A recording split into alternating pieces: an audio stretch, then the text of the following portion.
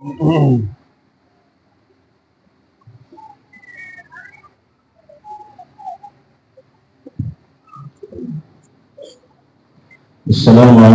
warahmatullahi wabarakatuh.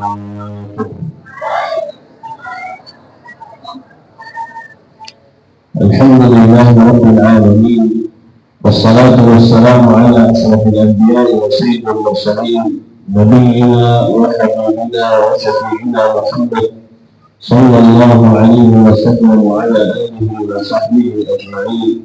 Allahumma 'allimna ma yanfa'una wanfa'na bima 'allamtana wa zidna 'ilma. Subhanaka la 'ilma lana illa ma 'allamtana innaka antal 'alimul hakim. Maha suci Allah, saya tidak memiliki ilmu orang-orang yang sudah diberikan oleh Allah Subhanahu wa Ta'ala. Alhamdulillah diberikan oleh Allah Ta'ala kesempatan di waktu duha ini kita duduk bersama-sama dan berusaha mendekatkan diri kepada Allah Subhanahu wa Ta'ala sebelum kita. Kata Allah Jalla wa Ala, "Fattaqullaha mastata'tum." Bertakwalah kepada Allah Jalla wa Ala semampu kalian. Dan kata Rasulullah sallallahu alaihi wasallam, tidak ada kaum yang duduk bersama-sama di rumah Allah Subhanahu wa Ta'ala, mereka membaca dan mentadabburkan Al-Quran, kecuali Allah Jalla wa Ala akan menurunkan ketenangan hati dan mendatangkan rahmat niat, dan mereka duduk bersama malaikat yang mulia, dan Allah Subhanahu wa Ta'ala akan menyebutkan mereka di hadapan malaikat yang mulia. Dan barang siapa yang berusaha untuk mencari dan menuntut ilmu, maka Allah Subhanahu wa Ta'ala akan dimudahkan baginya jalur masuk surga. Jadi mudah-mudahan kita dapat ilmu yang bermanfaat, yang mudah dipahami, mudah diingat, mudah dikerjakan, dan insyaAllah kita bersama-sama mudah masuk surga ya Rabbal Alamin. Dan juga di antara doa-doa yang dibaca oleh Nabi Muhammad sallallahu alaihi wasallam di waktu subuh hari, Allahumma inni as'aluka ilman nafi'a wa rizqan thayyiban wa 'amalan mutaqabbalan. Rasulullah sallallahu alaihi wasallam membaca doa ini hanya saja di zikir pagi hari dan meminta yang pertama, ya Allah berikan pada kami ilmu yang bermanfaat, karena sebenarnya ilmu yang paling manfaat itu ilmu yang didapatkan di waktu subuh hari. Jadi mudah-mudahan kita memanfaatkan waktu subuh ini dalam ilmu, apalagi kalau ilmu agama yang dikatakan atau disepakati sama seluruh ahli ilmu, ibadah yang terbaik sesudah ibadah yang wajib adalah menuntut ilmu.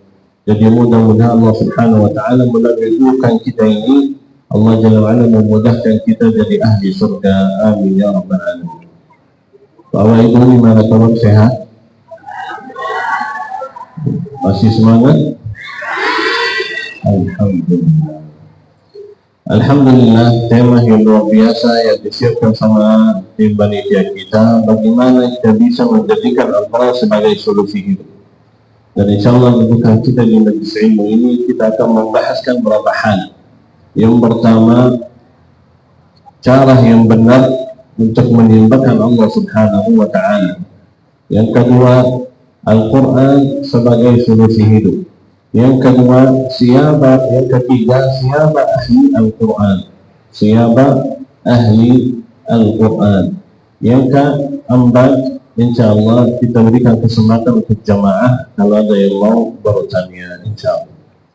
Jadi yang pertama, cara yang benar untuk menyembahkan Allah Subhanahu wa Ta'ala. Allah Subhanahu wa Ta'ala telah menciptakan manusia dan jin. Tujuannya untuk menyembahkan Allah Subhanahu wa Ta'ala. Kata Allah Jalla wa Ala, "Wa ma khalaqtul jinna wal insa illa liya'budun." Allah Subhanahu wa Ta'ala telah menciptakan manusia dan jin hanya saja untuk beribadah. Lalu harus kita bertanya, bagaimana cara ibadah yang benar? Allah Subhanahu wa Ta'ala telah menciptakan kita untuk beribadah. Jadi apakah saya melaksanakan ibadah dari saya pribadi? Apakah saya bikin ibadah sendiri? Itu bisa jadi. Tetapi Allah Subhanahu wa Ta'ala telah menurunkan kitab-kitab dan rasul-rasul, tujuan mereka untuk menjelaskan untuk kita cara yang benar untuk menyembahkan Allah Subhanahu wa Ta'ala. Dan semua Nabi dan Rasul mengajak umatnya untuk satu, yaitu masalah tauhid. Dan ibadah yang terpenting, yang tertinggi di dalam agama Islam, masalah tauhid. Yang dinamakan di sini atau di masa sekarang akidah. Ilmu akidah itu ilmu yang terbaik atau yang terpenting di sisi Allah Subhanahu wa Ta'ala.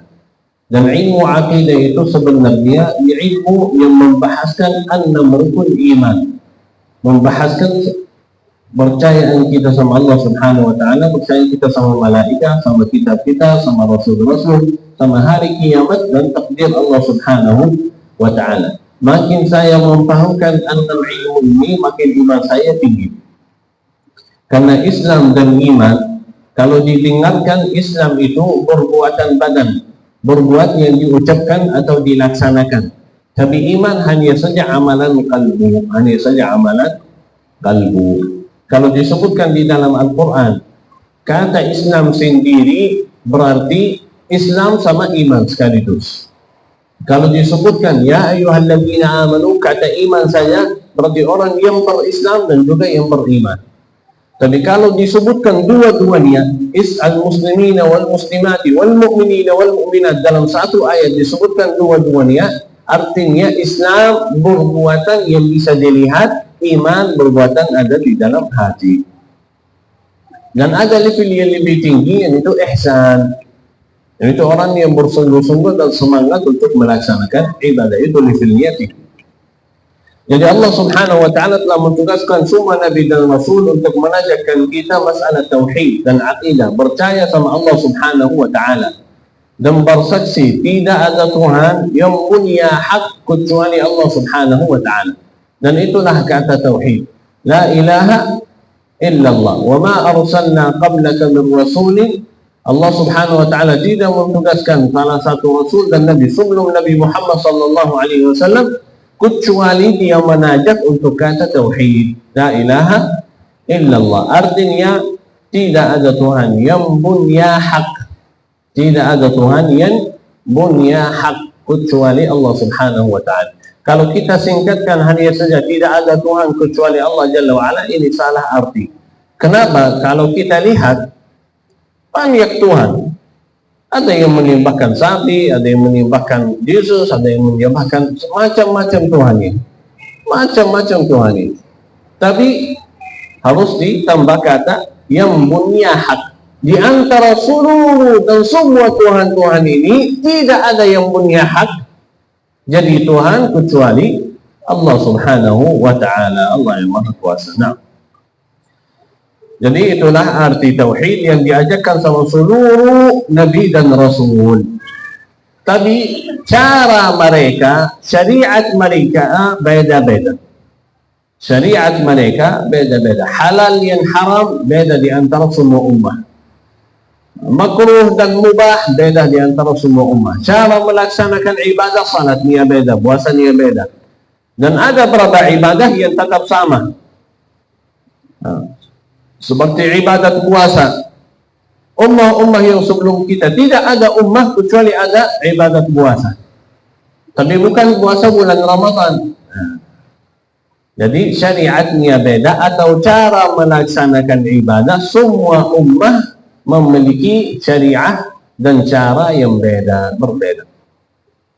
Dan umat Nabi Muhammad sallallahu alaihi wasallam, Allah Jalla wa Ala menurunkan Al-Quran atas Nabi Muhammad sallallahu alaihi wasallam sebagai buku yang menutupkan segala buku yang sebelumnya, wa muhaiminan alaih.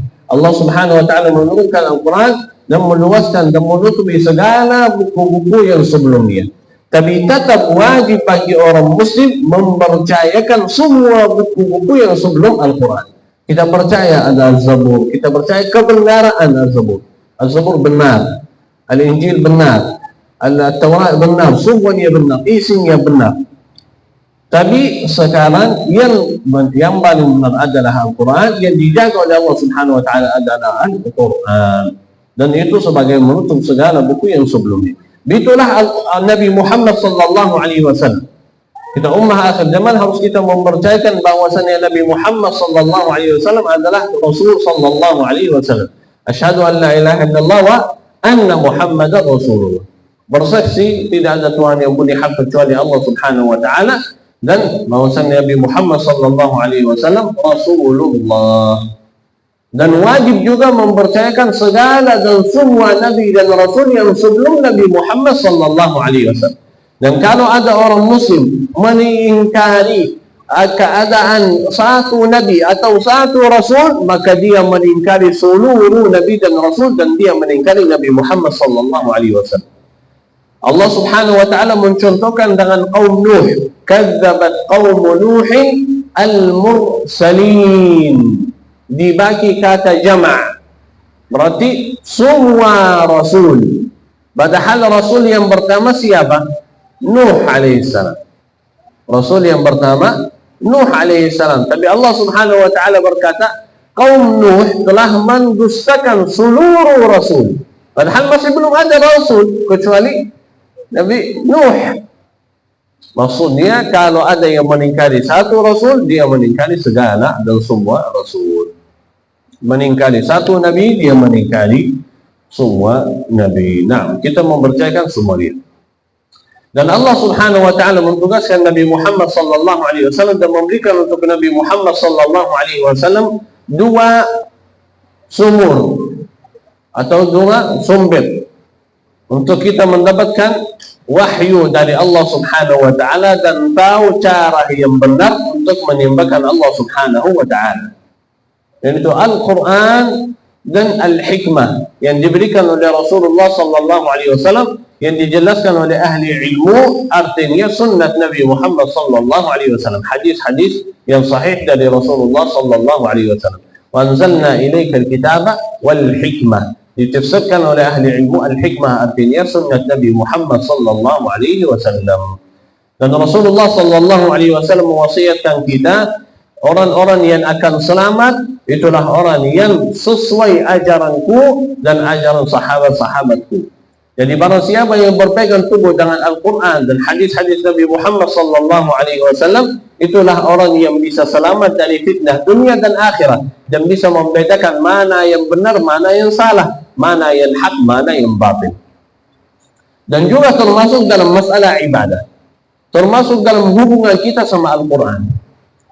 Begitulah cara yang benar untuk menyembahkan Allah Subhanahu wa taala, memiliki dua syarat. Kalau anda jaga dua syarat ini, ketahuilah ibadatmu ibadah yang sah, yang benar, yang diridai oleh Allah Subhanahu wa taala. Kalau dua syarat ini tidak ada, mohon maaf, ibadatmu bisa sia-sia dan bisa jadi dosa untukmu. Dan kalau anda sengaja untuk tidak mengikuti dua-duanya, anda bisa jadi orang fasik atau orang kafir atau orang zalim. Bisa jadi orang fasik atau orang zalim atau orang kafir. Na'udzubillah min dzalik. Semoga Allah Subhanahu wa taala menselamatkan kita. Dua syarat itu apa? Yang pertama, ikhlas. Makin ibadatmu ikhlas, makin ibadatmu diterima dan dikabul oleh Allah Subhanahu wa taala. Dan makin level ikhlasnya tinggi, makin pahala salat ibadat kita lebih tinggi. Ada dua orang yang salat di masjid yang sama, gerakannya sama, tapi di antara mereka sejauh langit dan bumi pahalanya. Pahala di antara dua orang ini sejauh langit dan bumi. Kenapa? Karena yang pertama bunuh dengan niat yang ikhlas, yang kedua niatnya masih belum kuat atau ikhlasnya belum kuat, belum sempurna. Jadi pahalanya sejauh langit dan bumi. Makin ikhlasnya kuat, makin niatnya hadir, makin pahalanya tinggi. Yang kedua namanya mutaba'ah. Mutaba'ah itu mengikuti ajaran Nabi Muhammad sallallahu alaihi wasallam. Mengikuti ajaran Nabi Muhammad sallallahu alaihi wasallam. Jadi kalau ada orang yang ikhlasnya sangat luar biasa, tapi tidak ada ibadah yang dia laksanakan bukan sesuai ajaran Nabi Muhammad sallallahu alaihi wasallam, maka ibadatnya ditolak walaupun dia ikhlas. Contoh, ada orang yang ikhlasnya sangat luar biasa. Kalau dikumpulkan kita semua yang ada di masjid ini, kalau dikumpulkan seluruh manusia, semua ikhlas manusia, kalau dikumpulkan sama ikhlas orang ini, mereka gak bisa dapat ikhlas seperti orang ini. Ikhlasnya sangat luar biasa. Lebih besar dari seluruh umat Islam. Tapi kalau mau salat asar, dia salat 6 rakaat. Bunuh ikhlas, luar biasa ikhlas dia. Gimana salatnya, sah atau tidak? Kenapa sudah ikhlas? Enggak. Kenapa? Karena bukan sesuai ajaran Nabi Muhammad sallallahu alaihi wasallam.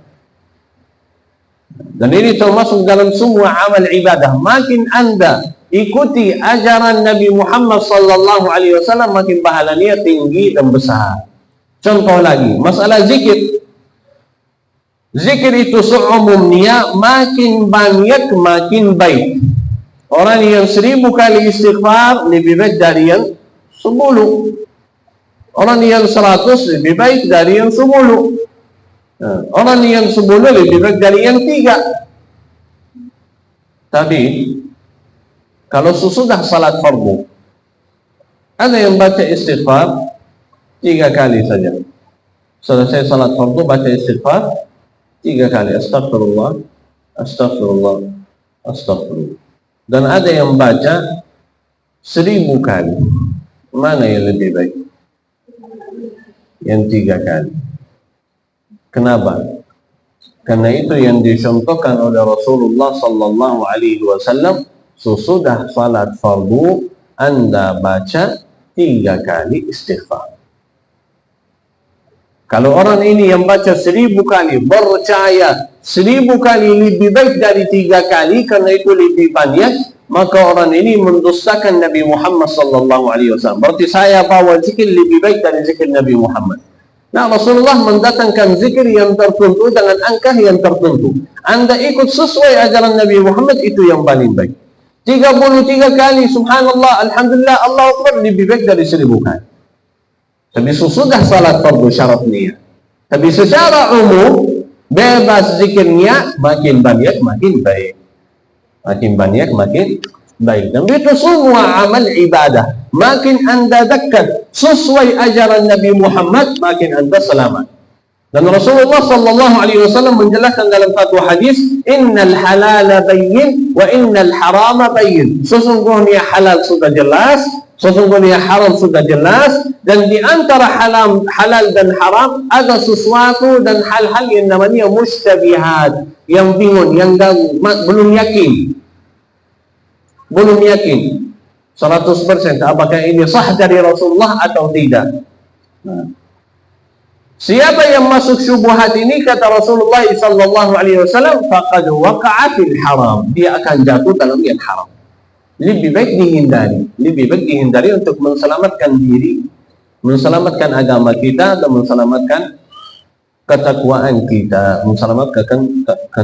kita, Nah, jadi Allah subhanahu wa ta'ala mentugaskan Nabi dan Rasul untuk menjelaskan cara yang benar untuk menyembahkan Allah subhanahu wa ta'ala melalui 2 syarat ketika melaksanakan ibadah. Yang pertama ikhlas, yang kedua mutaba'ah, mengikuti ajaran Nabi Muhammad sallallahu alaihi wasallam. Yang melawankan ikhlas adalah riya. Kalau ada riya berarti tidak ikhlas. Apa itu riya? Orang yang melaksanakan sesuatu tujuannya bukan Allah subhanahu wa ta'ala. Tujuannya pujian dari manusia, dapat harta, dapat rezeki, ingin nikah, ingin apa-apa, punya tujuan dunia. Dan itu hadis yang di dalam riwayat Imam Muslim, kata Rasulullah sallallahu alaihi wasallam dari Umar bin Khattab radhiyallahu anhu, innamal a'malu binniyat wa innamal likulli imri'in ma nawa. Faman kanat hijratuhu ila Allah wa rasulih, fa hijratuhu ila Allah wa rasulih. Barang siapa yang hijrah, maksudnya siapa yang beringin atau berniat atau bertujuan hanya saja karena Allah subhanahu wa ta'ala dan sesuai ajaran Rasulnya, maka itulah yang akan dapat ila Allah wa rasulih, ketemu sama Allah jalla wa ala dan Rasulnya. Sah saja. Dan barang siapa yang hijratnya untuk dunia, melaksanakan ibadah, tujuannya pujian dari manusia, ini urusan dunia. Melaksanakan ibadah untuk mendapatkan harta. Nanti ikut tausiah atau dapat jadi orang yang mulia atau terkenal, saya orang yang hafal Al-Quran, atau saya ustaz, atau saya ulama, atau saya silahkan terserah. Dan Rasulullah sallallahu alaihi wasallam menyebutkan masalah syahwat. Wa man kanat hijratuhu lidunya yusibuha aw imra'atin yankihuha. Ingin nikah, ketemu calon istri atau calon suami. Masuk di masjid, calon mertua ada di masjid. Niat salat salah yang sempurna supaya calon orang mertua lihat salah yang sempurna, dibolehkan dia nikah. Salatnya batal, tidak sah. Tapi bisa dapat, bisa nikah. Oh, masya Allah, ini anaknya salatnya luar biasa. Pasti kalau mau nikah sama anak saya. Dan ternyata datang, kamu ahli yang salat di masjid, masya Allah salatnya khusyuk, pasti orang yang bertambah, ya silakan, kita boleh. Niatnya bukan karena Allah subhanahu wa ta'ala. Dan bisa niat dunia ini diberikan oleh Allah subhanahu wa ta'ala. Kata Rasulullah sallallahu alaihi wasallam, di dunia yusibuha aw imra'atin yankihuha fahijratuhu ila ma hajara ilaih. Bisa dapat, tapi dapat di dunia dan di akhirat sia-sia. Hafal Al-Quran, belajar ilmu. Kenapa? Karena di Indonesia butuh ulama. Karena saya mau jadi orang yang hafal, saya mau jadi viral, saya mau jadi ini, saya mau jadi itu. Mohon maaf, di dunia bisa dapat, tapi nanti di hari kiamat yang pertama masuk neraka, kata Rasulullah sallallahu alaihi wasallam, orang ahli ilmu yang hafal Al-Quran dan menajak Al-Quran. Yang pertama masuk neraka. Ditanya kenapa? Karena nanti di hari kiamat ditanya, apa yang kamu kerjakan di dunia? Katanya, saya hafal Al-Quran, saya belajar ilmu dan mengajar ilmu, mengajar Al-Quran. Karenamu ya Allah. Dijawab, dusta, bohong. Orang ini jujur dan bohong sekaligus. Bohong dalam 3 huruf. Fika, 3 huruf. Ya Allah, aku baca Al-Quran dan belajar Al-Quran, mengajar Al-Quran karenamu.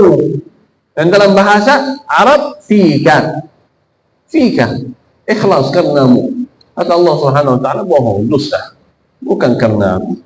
Kamu hafal Al-Quran, belajar Al-Quran supaya terkenal orang ahli Al-Quran.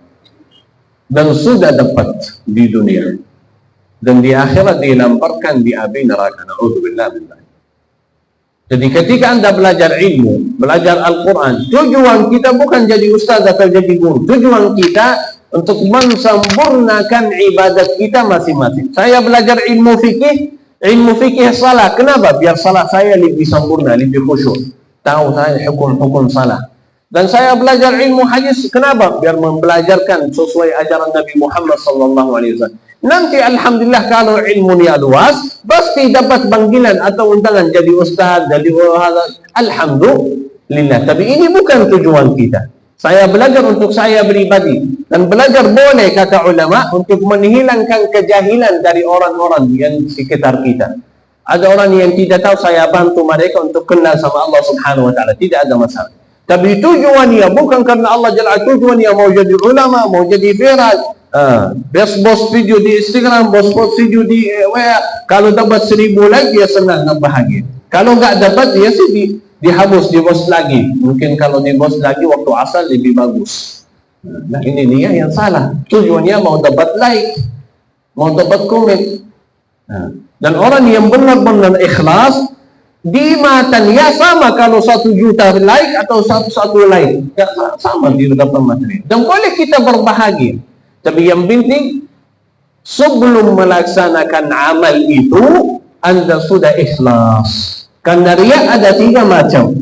Ada riya sebelum ibadah, dan ada riya sesudah ibadah, dan ada riya di dalam ibadah. Riya yang sebelum ibadah sudah niat karena manusia, karena pujian, karena harta, jabatan, kekayaan, ibadat niat batal, tidak diterima sama Allah subhanahu wa ta'ala.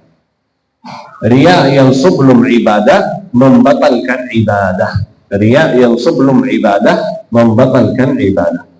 Riya sesudah ibadah jangan diperhatikan sama sekali. Sudah ibadat niat sah, sudah selesai salat, baru keluar dari masjid, salatnya tadi ikhlas belum? Nah, jangan diperhatikan, ini dari syaitan. Dan ini juga masalah sama dengan masalah waswas. Selesai salat, sudah Assalamualaikum warahmatullah, Assalamualaikum warahmatullah. Sudah keluar dari masjid, baru tadi 3 rakaat atau 4. Jangan diperhatikan salat dia sudah sah, sudah 4 rakaat. Jangan diperhatikan. Jangan diperhatikan. Kenapa? Karena sudah selesai ibadah. Sudah selesai ibadah. Boleh diulangi atau tambah 1 rakaat kalau kita yakin itu 3 rakaat. Saya tadi lupa 1 rakaat, boleh diulangi 1 rakaat saja. Tapi kalau belum yakin, masih was-was, jangan diperhatikan. Dan juga masalah riya. Kalau kita bingung apakah saya riya atau ikhlas, sudah ibadah, jangan diperhatikan. Ibadatmu sudah sah.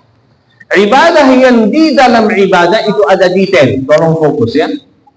Ibadah atau riya dalam ibadah ada detail. Fokus. Ada 2 macam. Ada ibadah yang bisa dibisa.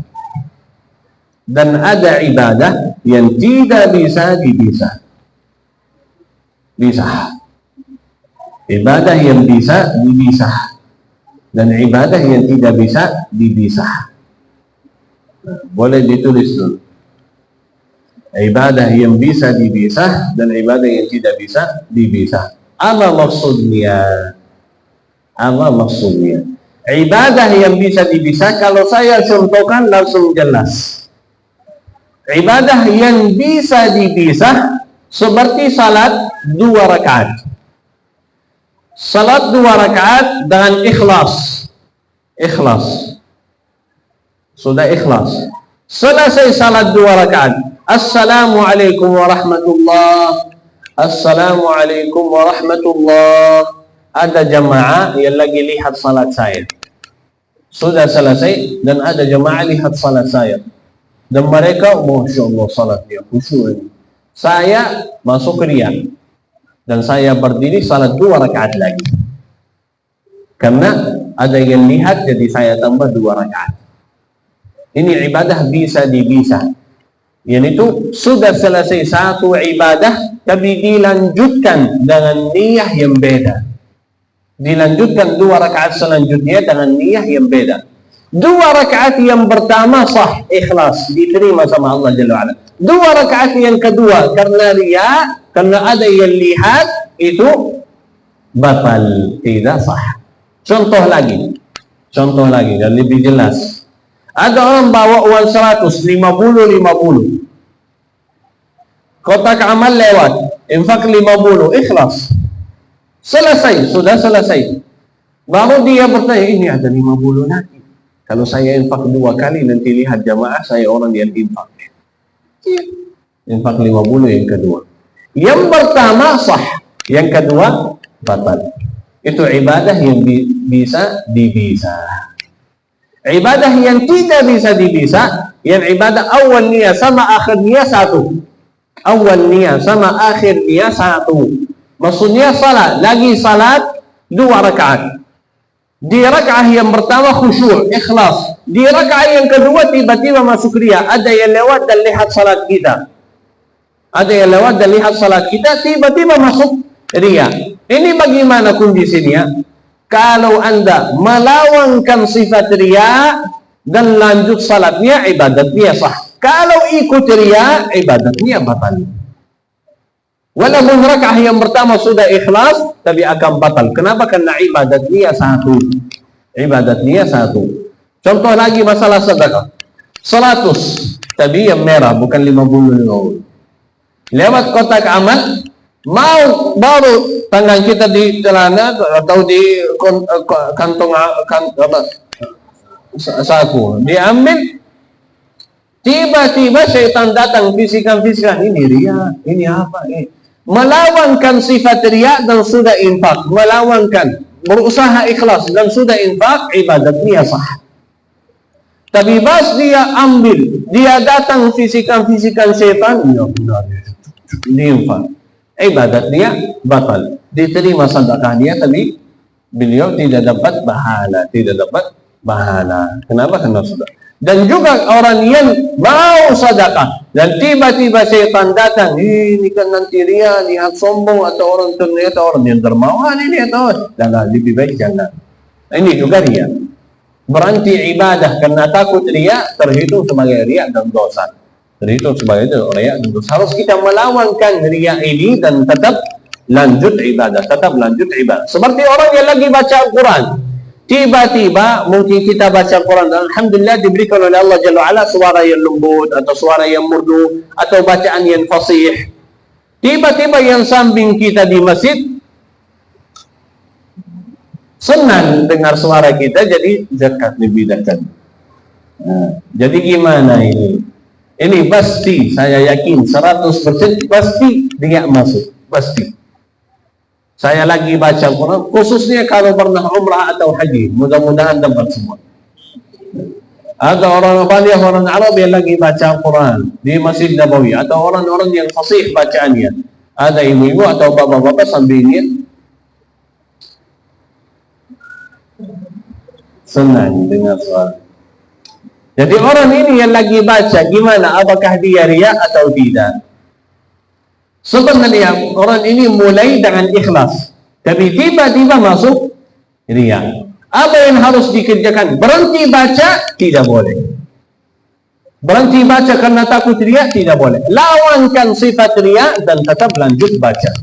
Dan ada ulama yang berkata, boleh anda memurdukan suaramu lagi, lebih murdu lagi, dan lebih keras lagi, angkat suara biar orang yang samping kita dengar. Biar orang yang samping kita dengar, boleh, tidak ada masalah. Untuk mensemangatkan mereka. Tapi tujuannya tetap ikhlas. Bukan untuk mendapatkan pujian dari orang ini. Nah, salah satu sahabat Rasulullah SAW pernah lewat dari rumah orang ini, dari sahabat ini di malam hari. Dan dengar suara sahabat. Di pagi hari Rasulullah ceritakan, saya dulu mampir lewat rumah dan saya dengar bacaanmu Al-Quran. Kata sahabat ini, ya Rasulullah, kalau saya tahu, wallahi saya akan memurdukan suara saya lagi, lebih keras lagi, supaya Rasulullah SAW menikmati bacaannya, boleh. Tapi harus melawankan masalah riya, dan tetap lanjut ibadah, Nah, dan itu juga, Bapak Ibu yang dirahmati Allah Subhanahu Wa Taala, satu hal yang penting. Ada orang yang mungkin kalau dia sendiri dia malas ibadah. Kalau dia sendiri dia malas ibadah. Jadi dia berkumpul sama teman-teman. Kenapa? Untuk mensemangatkan dia ibadah. Mensemangatkan dia ibadah. Jadi orang ini menambilkan sabab untuk membantukan diri untuk melaksanakan ibadah yang baik dan benar. Kalau saya di depan orang, mungkin salat saya lebih khusyuk dari salah yang sendiri. Ada banyak ulama membolehkan, tapi harus berusaha untuk niat-niat ikhlas. Tapi ini sebagai sebab untuk membantu saya ikhlas, membantu saya khusyuk. Jadi itu masalah niat. Dan ada ulama yang berkata niat itu ibadah yang termudah, tapi yang paling susah dijaga. Karena tiba-tiba bisa niatnya berubah. Jadi Allah Subhanahu Wa Taala menjelaskan melalui Al-Quran dan hadis Nabi Muhammad Sallallahu Alaihi Wasallam cara ibadah yang benar, Dan makin saya ikhlas dan makin saya ikuti ajaran Nabi Muhammad Sallallahu Alaihi Wasallam, makin saya selamat dari fitnah dunia dan akhirat. Dan dari itu tidak keluar dari Al-Quran dan hadis Nabi Muhammad. Dan melalui hal ini anda bisa menjadikan Al-Quran sebagai solusi hidup. Kata Allah Jalla wa'ala, wa nazzalna al-Qur'ana tibyanan likulli syai'. Allah Subhanahu Wa Ta'ala telah menurunkan Al-Quran sebagai penjelasan untuk segala sesuatu. Segala sesuatu sudah dijelaskan oleh Allah Subhanahu Wa Ta'ala. Tapi mohon maaf, manfaatnya tidak bisa didapatkan secara langsung kalau tidak dipercayaan manfaat Al-Quran. Al-Quran tidak bisa jadi sebagai solusi hidup kecuali kalau kita benar-benar percaya Al-Quran sebagai solusi hidup. Padahal barakat niat dan manfaat niat dapat, walaupun baca dengan niat yang salah, tetap dapat berkah dari Al-Quran. Tapi di dunia saja. Seperti orang yang hafal dan baca Al-Quran karena manusia, akan diberikan pujian dari manusia, tapi di akhirat lalai. Dan begitulah kata Rasulullah sallallahu alaihi wasallam dalam riwayat Abdullah bin Musa al-Asy'ari, dari riwayat Imam Muslim, kata Rasulullah sallallahu alaihi wasallam, orang yang mukmin yang baca Al-Qur'an seperti al-utrujah. Utrujah sebuah buah yang baunya harum dan rasanya lezat, manis. Dan orang mukmin yang tidak baca Al-Quran seperti kurma yang rasanya lezat tapi tidak ada bau. Dan orang munafik, maksud dari bau itu kelihatannya, maksud rasa itu dalamnya.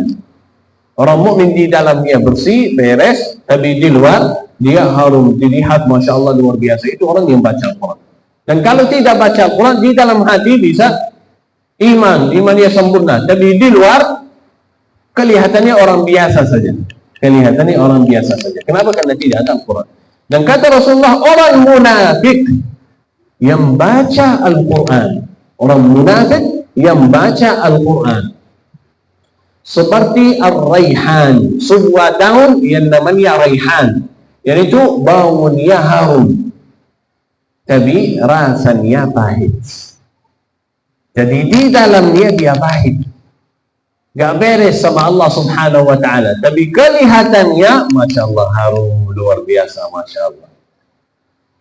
Dan orang munafik yang tidak baca Al-Quran seperti hamdalah. Hamdalah itu sebuah buah atau sayur sekecil ini, warna hijau seperti semangka.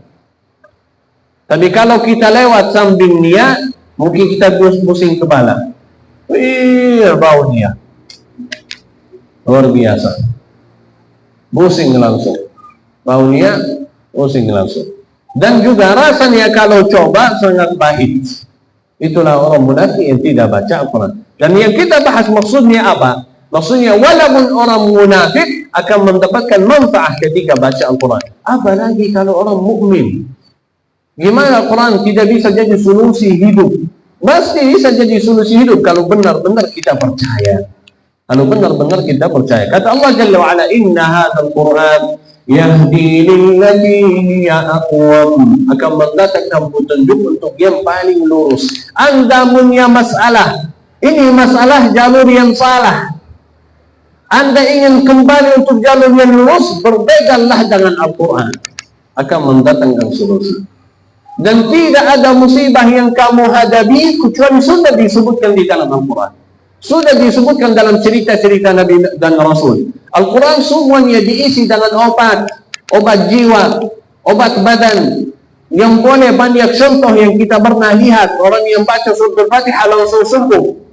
Dan berapa banyak contoh orang yang sakit hati baca Al-Quran menenangkan hatinya.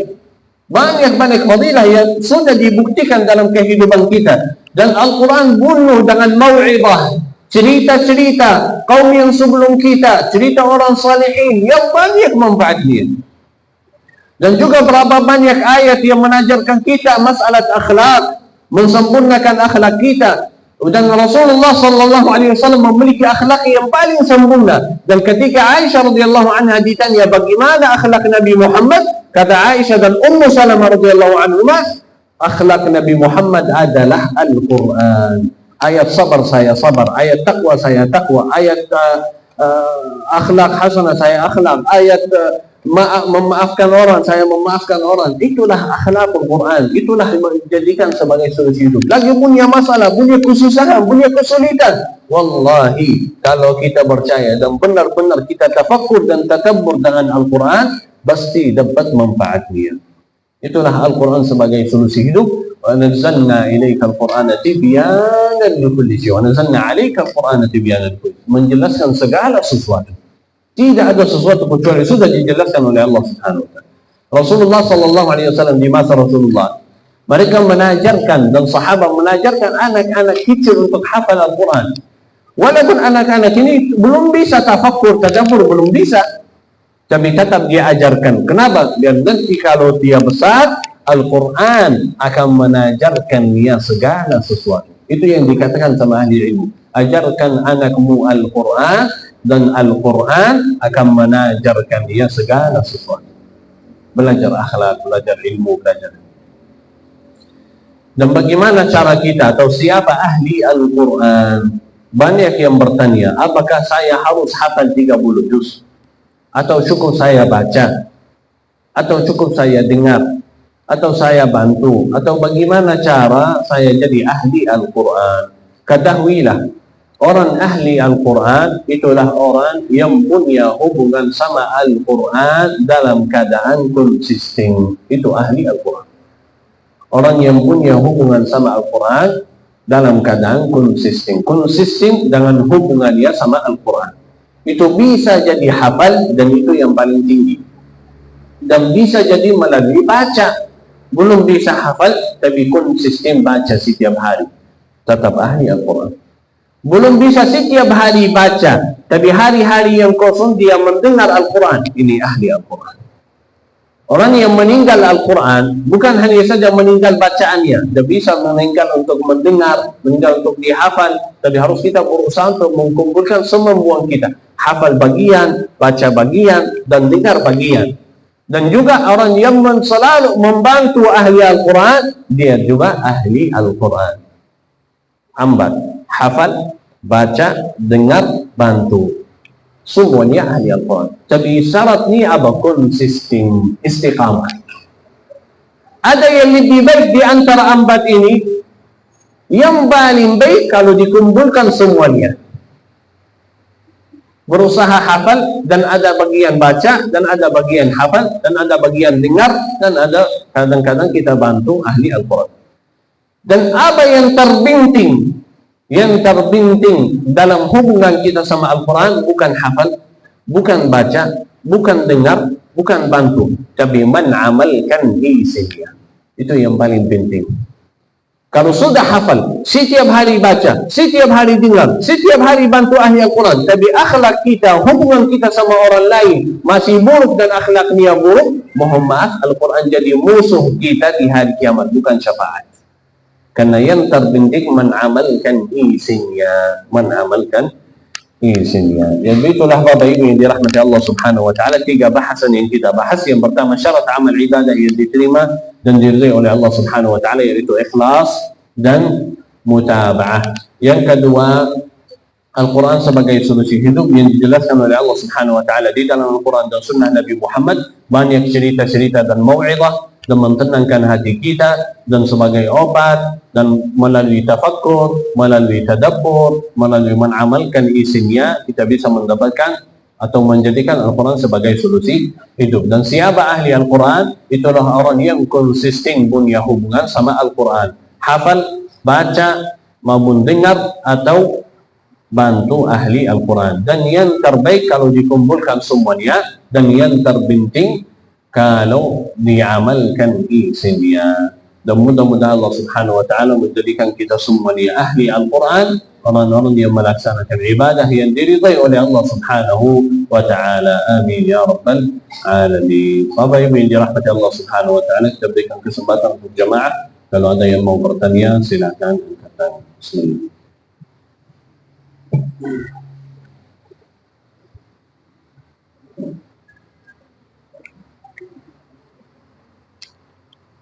Bismillah.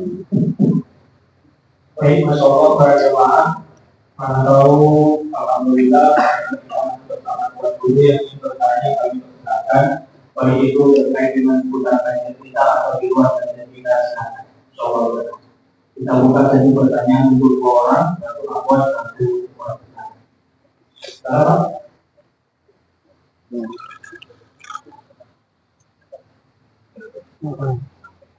Siapa? Silakan.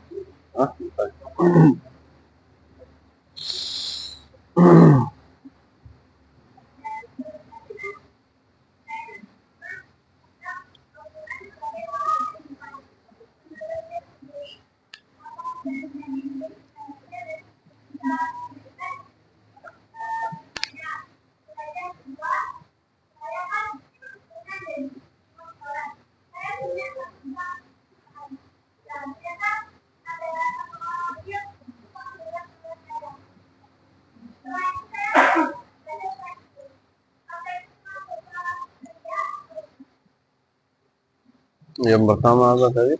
Yang pertama Pak, selanjutnya ya.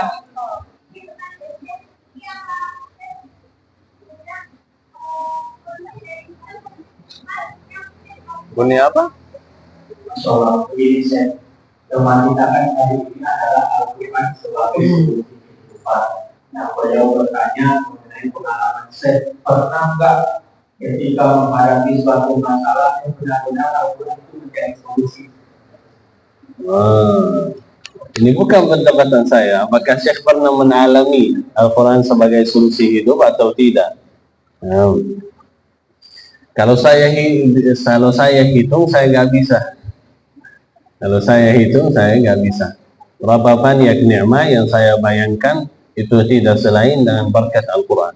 Salah satunya, siapa keluarga Ali Jabir? Siapa? Alhamdulillah di Indonesia terkenal sebagai keluarga ahli Al-Quran. Jadi siapa keluarga Ali Jabir kalau tidak ada Al-Quran? Tidak ada yang kenal. Itu salah satu keberkahan dan sebagai solusi hidup yang diberikan oleh Allah Subhanahu wa Ta'ala untuk kita ketika kita dekat sama Al-Quran.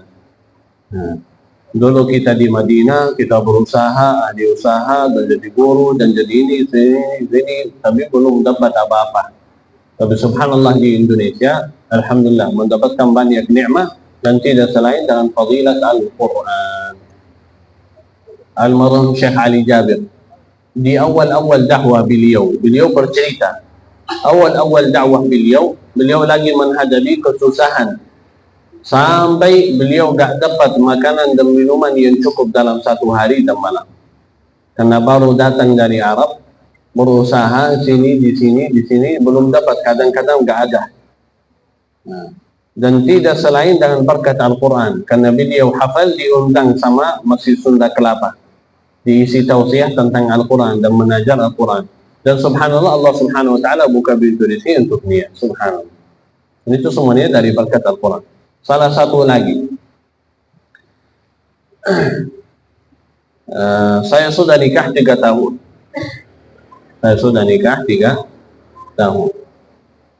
Dan di tahun yang pertama Allah Subhanahu wa Ta'ala belum mengizinkan saya dapat keturunan. Tahun yang kedua belum diizinkan saya dapat keturunan. Tahun yang ketiga yang ini Allah Subhanahu wa Ta'ala mengizinkan kami, dan alhamdulillah istri saya lagi hamil. Alhamdulillah, insyaallah 10 bulan lagi atau 10 minggu lagi insyaallah lahir, insyaallah dalam selamat insyaallah. Baik, ceritanya apa? Ceritanya pas saya tidak mendapatkan keturunan, saya mengerjakan satu amalan, dan itu setiap pagi hari dan malam hari saya mencampurkan 1 sendok madu sidir sama air. Kalau air Zam-Zam lebih baik, campur dengan air, dibaca suratul Fatihah 7 kali di pagi hari dan 7 kali sebelum tidur suratul Fatihah. Dan selama 1 tahun saya baca ini, dan ikhlas, mudah-mudahan niatnya untuk diobati. Kita pergi ke rumah sakit, secara medis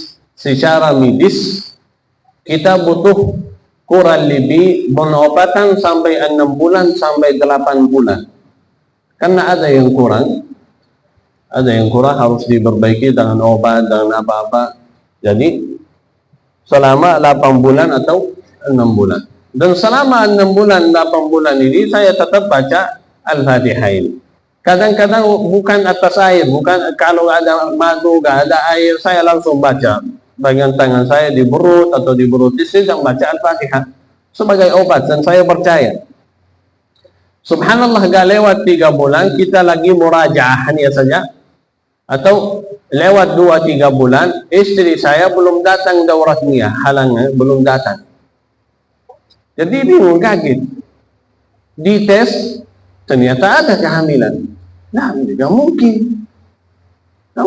Tes lagi, ada hamil. Nah, kita coba di rumah sakit. Kita mundur ke rumah sakit. Rumah sakit sama yang kita ambil obat-obat, dan masih programnya masih belum selesai. Programnya masih belum selesai. Pas dokternya lihat, dia kaget. Katanya ini tidak mungkin jadi hamil. Tidak mungkin secara medis, tidak mungkin hamil. Nah, jadi beliau kaget. Gimana jadi hamil? Jadi, alhamdulillah, hamil dengan keyakinan kita sama Allah Subhanahu wa Ta'ala. Dan saya percayakan itu fadilah dari bacaan surat Al-Fatihah. Bacaan surat Al-Fatihah. Secara medis tidak bisa. Tidak bisa. Masih butuh kita berapa bulan lagi, obat-obat, program, sampai berapa bulan di depan. Tapi ini kita masih baru mulai. Mungkin Allah Subhanahu wa Ta'ala gak mau saya menghabiskan uang di rumah sakit, jadi dikasih langsung. Alhamdulillah. Karena itu pembayarannya besar, khususnya masalah obat-obat itu seksual, itu pembayarannya besar, sampai 20 sampai 50 juta. Jadi saya pas mulai, saya deposit 7 juta dan selesai berat. Jadi saya lebih ikhlas doa ini, lebih ikhlas baca Al-Fatihah. Dan makin bacaan kita ikhlas, makin diterima sama Allah Subhanahu wa Ta'ala. Sesudah deposit ini, saya lebih ikhlas baca Al-Fatihah. Dan subhanallah dapat diberikan oleh Allah Subhanahu wa Ta'ala. Walaupun secara medis tidak mungkin kata dokter, tapi alhamdulillah dapat. Ini salah satu cerita yang terakhir saya alami, dan mudah-mudahan jadi bermanfaat untuk kita. Dan banyak cerita yang saya dengar dari saudara kita, dari teman-teman, manfaat yang sangat luar biasa yang diberikan oleh Al-Quran. Kata Rasulullah sallallahu alaihi wasallam, Inna hadzal Quran, inna Allah yarfa'u bihadzal Qur'ani aqwaman wa yahuttu bihi akharin. Sesungguhnya Allah Subhanahu wa Ta'ala akan menaikkan derajat seorang melalui Al-Quran. Dinaikkan derajatnya di dunia dan di akhirat. Doanya lebih diijabah, lebih dikabul sama Allah Subhanahu wa Ta'ala. Ibadatnya lebih ikhlas. Urusan-urusan dunia itu lebih lancar. Orang yang membuka harinya dengan bacaan Al-Quran sebelum berusaha, sebelum jual beli, wallahi jualan dan beli orang ini akan lancar dan berkah. Walaupun hartanya sedikit tapi terasa cukup. Ini semuanya termasuk berkah-berkah dari Al-Quran. Dan itu tidak perlu kita hafal Al-Quran 30 juz. Kalau bisa, alhamdulillah, ini yang paling baik. Tapi kalau belum dapat, berusaha konsisten baca. Khususnya surah-surah dan ayat-ayat yang dibaca oleh Nabi Muhammad sallallahu alaihi wasallam, semuanya ayat yang mudah. Ayatul Kursi, Al-Fatihah, Qul Hu 3, 10 ayat terakhir surat Ali Imran. Ini ayat-ayat yang dibuktikan sama Rasulullah. 2 ayat terakhir surat Al-Baqarah. Kalau anda hafal ayat-ayat ini, yang anda bukti-bukti sering Rasulullah sallallahu alaihi wasallam baca ayat-ayat ini atau surah-surah yang pendek ini, wallahi sangat luar biasa manfaatnya. Dan berapa banyak cerita yang kita bisa ceritakan, tapi kita cukup sampai sini. Nah, yang kedua, lu masa ada sebuah ayat yang senang didengarkan oleh jamaah dan sering disuruh. pernah jadi imam sama perempuan, bukan sama laki-laki. Nah, harus kita bertanya.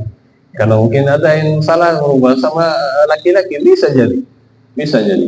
Harus kita memastikan. Nah, bisa jadi perempuan imam sama perempuan yang lain, dan bisa kalau alhamdulillah diberikan oleh Allah Jalla wa'ala suara yang merdu, harus kita mengucapkan alhamdulillah atas nikmat ini yang diberikan oleh Allah Jalla wa'ala, dan berusaha ikhlas dan khusyuk. Dan ketika melaksanakan ibadah, tujuannya untuk mensempurnakan bacaan kita. Karena kadang-kadang orang yang punya suara yang merdu tidak jaga hukum tajwid. Kenapa? Karena ingin memerdukan suaranya, jadi tidak memperhatikan hukum tajwid. Mempanjangkan madniya biar suaranya lebih merdu. Mohon maaf, salah. Jaga hukum-hukum tajwid. Madniya 6, 3, 2, 4, 4 dijaga. Dan makin bacaanmu baik sesuai tajwid, itu lebih baik dari suara yang merdu. Kalau kumpul dua-duanya, alhamdulillah, itu luar biasa. Dan apakah boleh? Boleh, tidak ada masalah. Kalau ada yang request, tolong saya request baca surat ini, boleh, tidak ada masalah, tidak ada masalah. Yang penting kita mujahadah ikhlas. Yang penting kita mujahadah ikhlas. Dan juga jangan terbiasa setiap kali orang ini saya baca ayat ini. Nah, jangan. Kadang-kadang boleh kita ganti. Boleh kita ganti. Jangan setiap hari baca ayat ini. Kenapa? Karena orang ini hadir. Nah, boleh kadang-kadang kita ganti. Kenapa? Karena ini bisa jadi salah paham untuk orang tersebut. Dia paham, saya gak bisa dapat khusyuk, saya gak bisa tenang hati kecuali dari surat ini. Dan ini salah paham. Al-Quran itu semuanya bisa membawakan khusyuk. Ada orang yang bilang surat Yusuf itu surah yang terbaik. Nah, gak ada bukti surah yang terbaik surat Yusuf, atau surah yang terbaik surat Yasin, atau surah yang terbaik surat Ar-Rahman. Nah, boleh saya suka surat Ar-Rahman, boleh. Boleh. Saya suka surat Al-Waqi'ah, saya suka surat ini, suka surat ini, boleh. Dan kesukaan kita bisa berubah. Bulan ini saya sangat suka surat ini. Besok belajar tafsir ayat surah yang lain, jatuh cinta lagi. Nah, itulah Al-Quran. Kadang-kadang dapat, kadang-kadang hilang khusyuknya. Dan kalau ada yang request, boleh, tidak ada masalah. Tapi jangan terbiasa setiap kali salah. Boleh kita ganti-ganti, dan karena itu sunnah Rasulullah sallallahu alaihi wasallam untuk mengganti bacaan salat. Setiap hari ada bacaan yang berbeda. Nah, jelas? Jadi berusaha khusyuk dan ikhlas. Nah, sudah.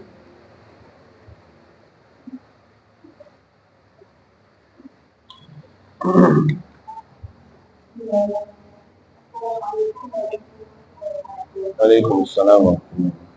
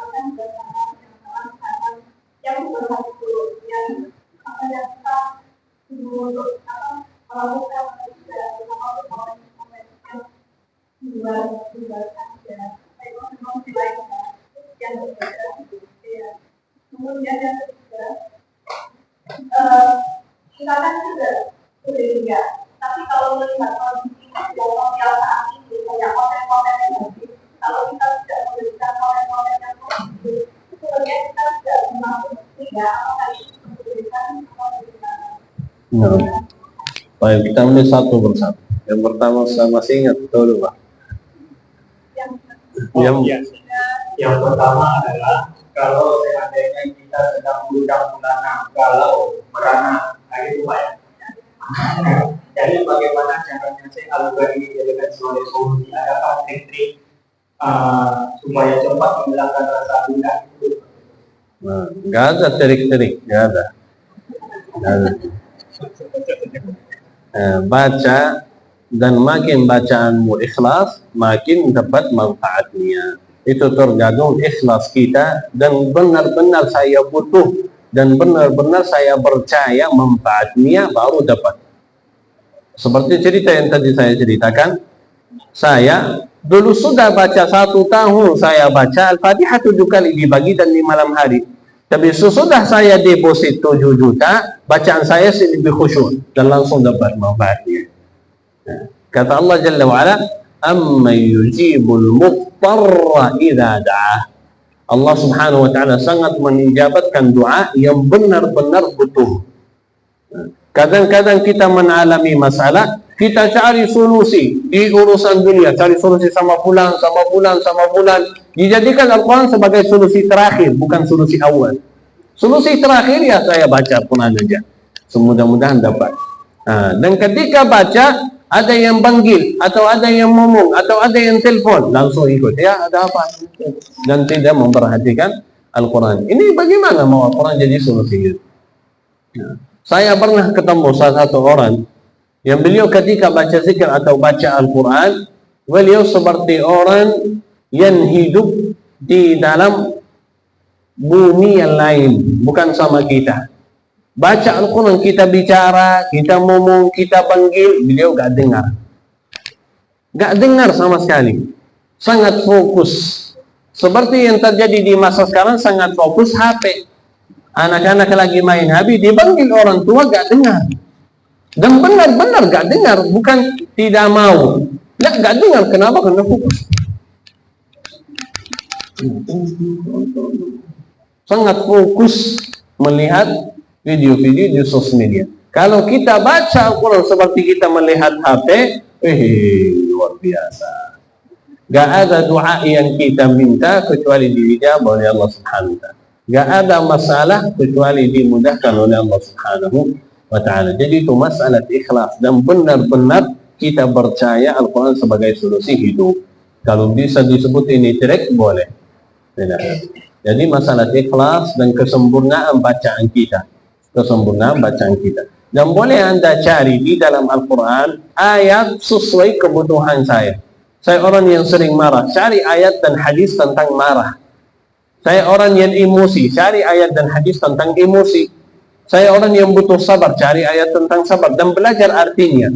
Jangan cukup kalau baca dari tafsir Ibnu Katsir, saya belum dapat. Baca tafsir As-Sa'di, baca tafsir Al-Muyassar, baca tafsir ini, baca tafsir ini. Karena bisa salah satu tafsir datang sesuai hajat kita. Datang sesuai hajat kita. Karena kadang-kadang kita baca ayat, hari ini dapat manfaat, besok baca ayat yang sama dapat manfaat yang beda. Jadi itu melalui banyak baca, apalagi kita umat iqra, baca, umat baca. Harus kita benar-benar baca Al-Quran, khususnya ilmu Al-Quran, ilmu tafsir, ilmu manfaat, ilmu hikmah Al-Quran. Nah, ini yang pertama, insyaAllah jelas. Jadi berusaha saja, kita berusaha, sama-sama berusaha. Yang kedua, pertanyaan kedua adalah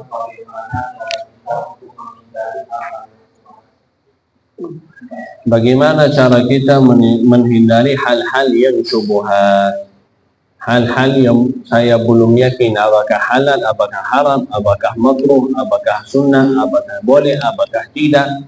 Itu melalui ilmu. Makin ilmumu banyak, makin lebih mudah menghindari syubhat.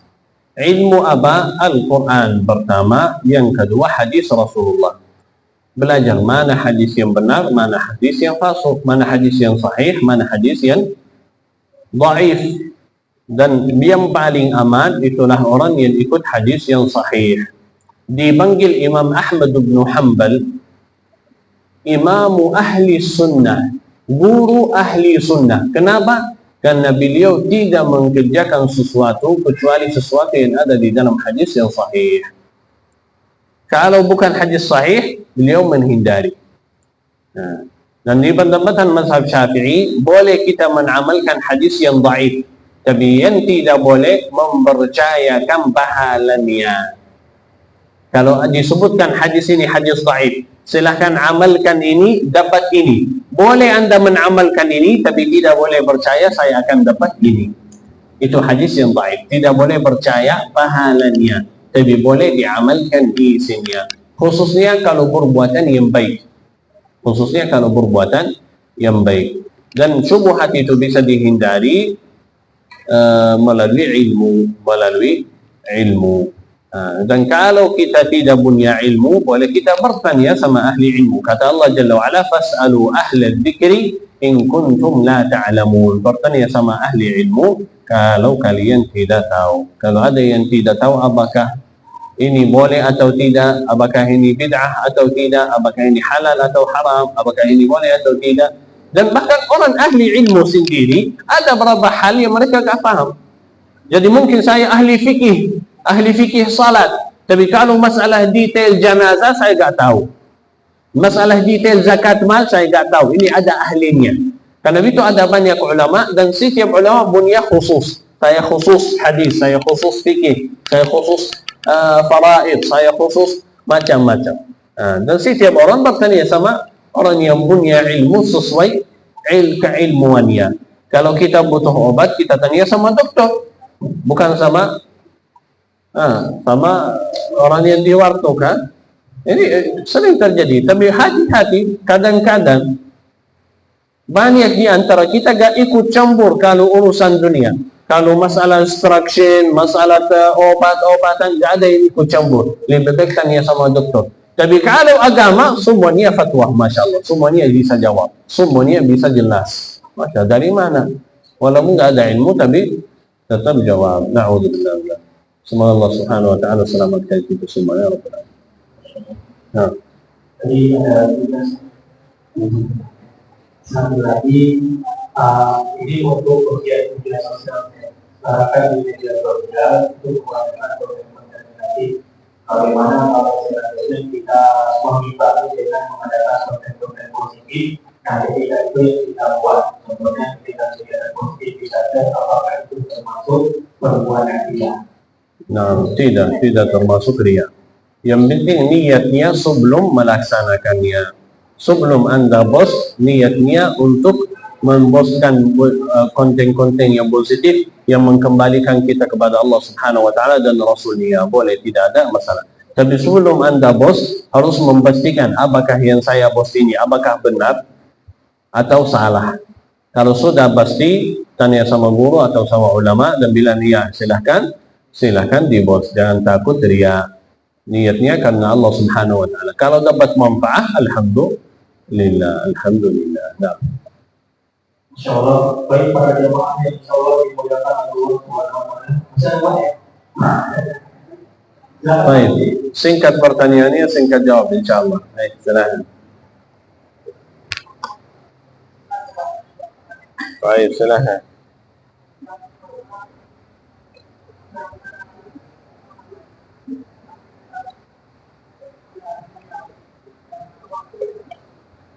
Pak, boleh Pak maju ke depan Pak? Aktivitas duniawi jadi waktunya gak ada.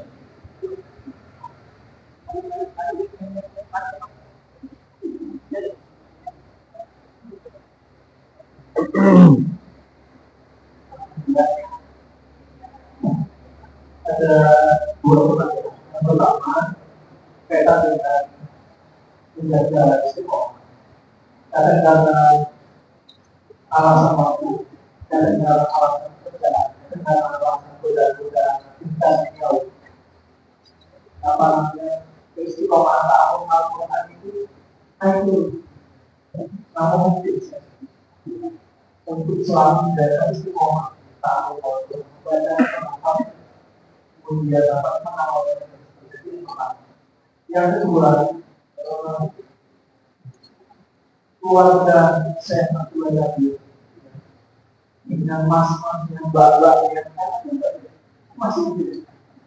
Setiap tahun yang lalu kami bertemu dengan kakak dari kita. Tidak apa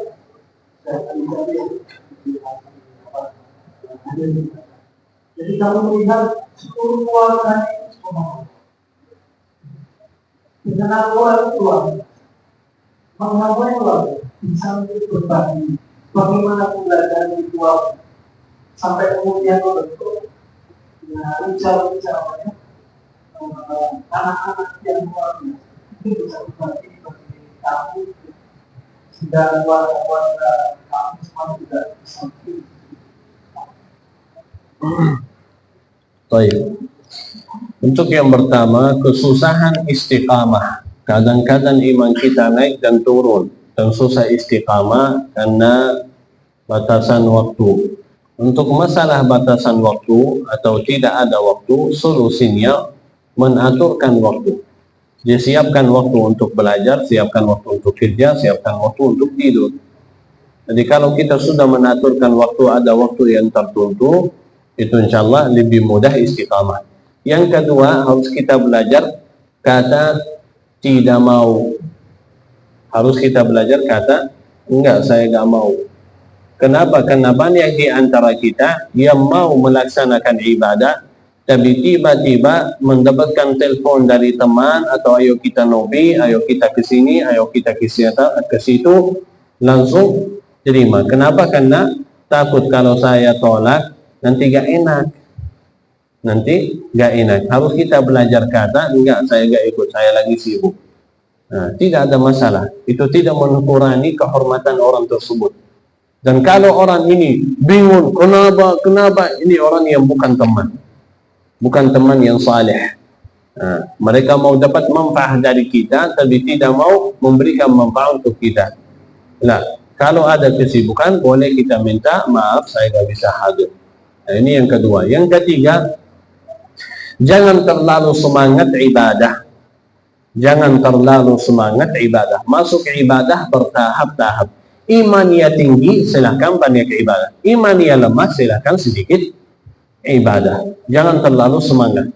Dan masalah Al-Quran, kesanggupan saya bisa hafal dalam setiap hari setengah halaman. Kalau mau hafal, jangan hafal setengah halaman, hafal sepertiga. Saya bisa hafal 1 halaman, jangan hafal 1 halaman, hafal setengah. Saya bisa hafal 2 ayat, jangan hafal 2 ayat, hafal 1.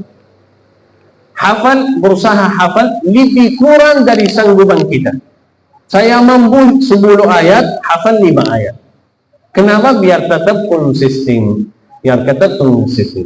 Tiba-tiba ada kesibukan, ada kemalasan. Ini banyak, saya berhenti. Nah, kalau sedikit, saya tetap istiqamah walaupun sibuk. Walaupun sibuk. Bertahap-tahap masuk ibadah. Dan kalau imannya tinggi, boleh kita semangat. Kalau imannya turun, boleh kita kurangi. Bukan tinggalkan. Boleh dikurangi, tapi jangan ditinggalkan. Hari ini saya nggak bisa hafal. Karena hafal butuh minimal 30 menit atau 1 jam. Diulangi 10 kali baca, 10 kali dengar, dibaca terus. Tapi kalau belum dapat, minimal hari ini baca. Dan jangan setiap hari hafal. Jangan setiap hari hafal. Boleh hafal 5 hari, 2 hari murajaah. Yang kamu hafal dalam 5 hari ini, 2 hari selanjutnya diulangi. Semuanya diulangi. Murajaah. Kalau setiap hari hafal, yang kamu hafal di sini, baru sampai ke sini yang ini lupa. Hafal baru, yang ini lupa. Hafal baru, yang ini lupa. Nah, seharusnya 5 hari hafal atau 3 hari hafal, 2 hari murajaah. 3 hari hafal, baru 2 hari murajaah. Diulangi hafalan kemarin. Dan juga salah satu cara, dibaca di dalam salat. Ketika salat fardu, salat sunnah, salat malam, baca apa yang kamu hafal tadi. Saya baru hafal 2 ayat dari surat Ali Imran. Dibaca dalam salat, jangan kulhu. Setiap salat kulhu, setiap rakaat kulhu. Ya pasti hafalannya hilang. Nah, apa yang kamu hafal dibaca di dalam salat. Dibaca di dalam salat. Itu cara yang terbaik untuk jaga hafalan kita dan tetap konsisten.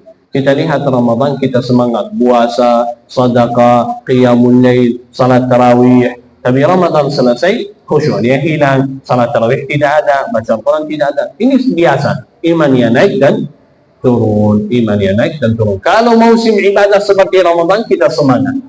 Kalau lagi malas, boleh semampuan kita, kata Allah Jalla wa'ala, fattaqullaha mastata'atum. Bertakwa kepada Allah Jalla wa'ala sesanggup atau semampu kalian. Nah, kelas ya? Hafal Al-Quran. Apa? Cara bagaimana untuk menjadikan anak sebagai penghafal Al-Quran. Belajar dari keluarganya. Belajar. Ini husnul zan jamaah untuk terhadap keluarga Ali Jabir. Ini husnul zan. Tapi kalau jamaah tahu aib-aib kita, gak ada yang terima ilmu dari kita. Tapi ini husnul zan, dan Allah Subhanahu wa ta'ala masih menutupi aib-aib kita. Kita semuanya bersalah, kita semuanya berdosa, dan kita semuanya malas.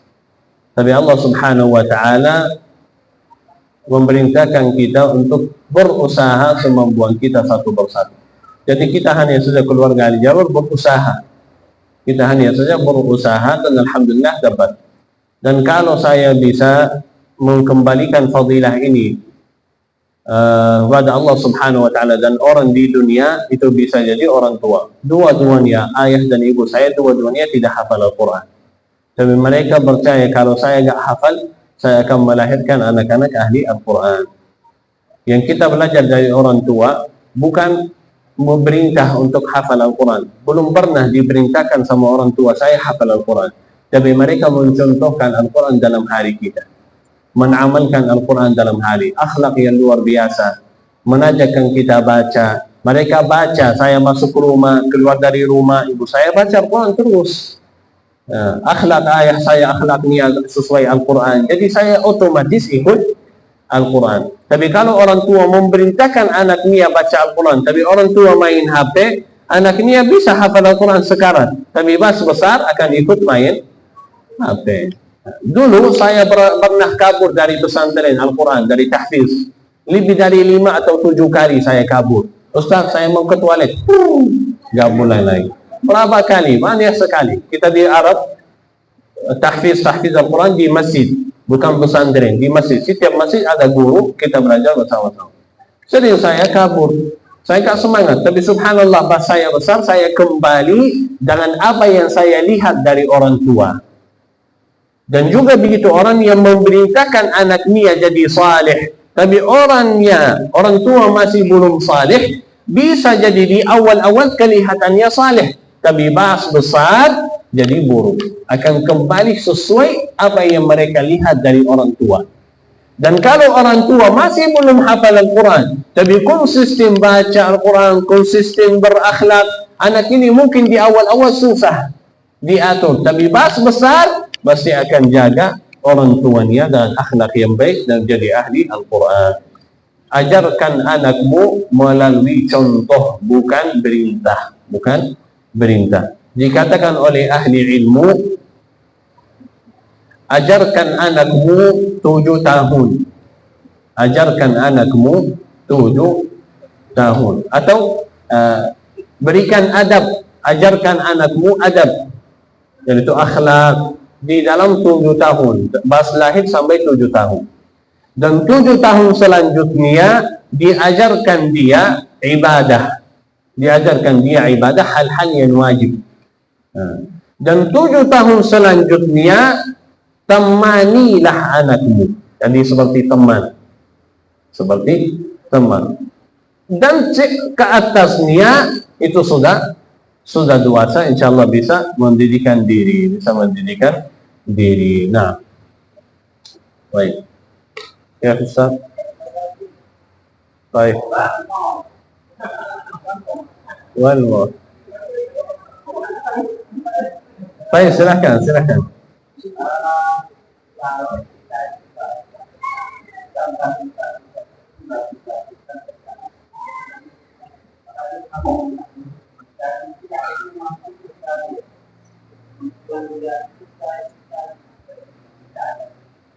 Jelas. Gak jelas, Pak, gak jelas. Boleh maju sedikit? Maju ke depan, mohon maaf.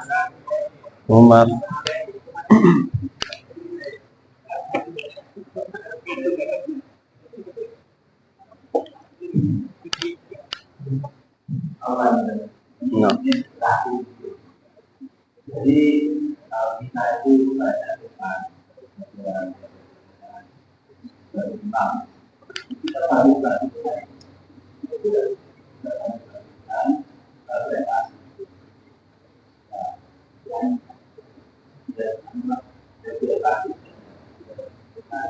baik. Nah, ketika kita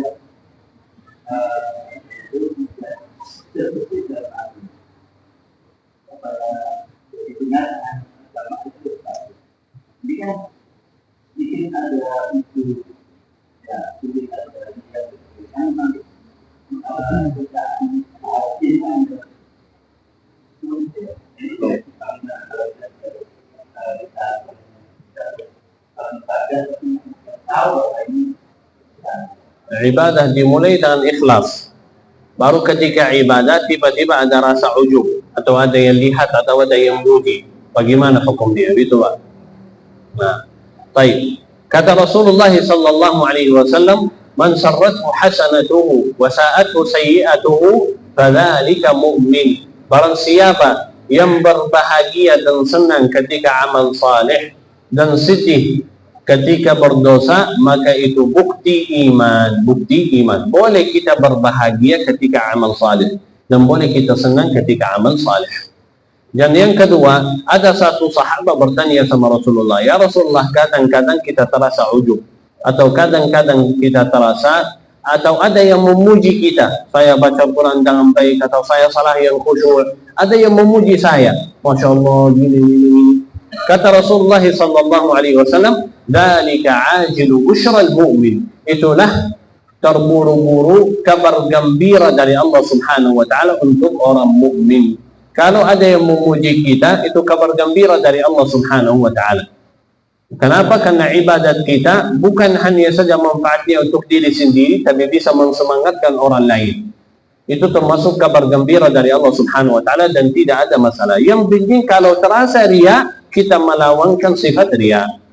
Tapi kalau ada yang muji, boleh kita terima dan mengucapkan terima kasih dan kembalikan nikmah ini kepada Allah. Jangan bilang karena saya semangat, atau karena saya hebat, atau saya dulu saya konsisten. Nah, ini salah. Nah, bilang alhamdulillah, doakan kami istiqamah. Dan mudah-mudahan kita semuanya istiqamah. Dan mudah-mudahan kita lebih bagus, lebih baik, lebih sempurna. Boleh, tidak ada masalah. Yang penting jangan Anda terasa sombong. Kalau tiba-tiba terasa sombong, berusaha untuk dilawani, berusaha untuk menghindari sifat riya dan sifat ujub. Tapi boleh kita bahagia, boleh kita senang kalau ada yang memuji, boleh, tidak ada masalah. Nah, baik, mungkin kita cukup sampai sini. Kalau ada yang mau bertanya, mungkin langsung di sosial media Abdullah Salih _AJ Abdullah Salih, atau tulis Abdullah Jabir aja, insya Allah ketemu. Abdullah Jabir aja, insya Allah ketemu. Baik, langsung saja sama Ustaz Heri menjelaskan programnya. Ustaz Heri, silakan.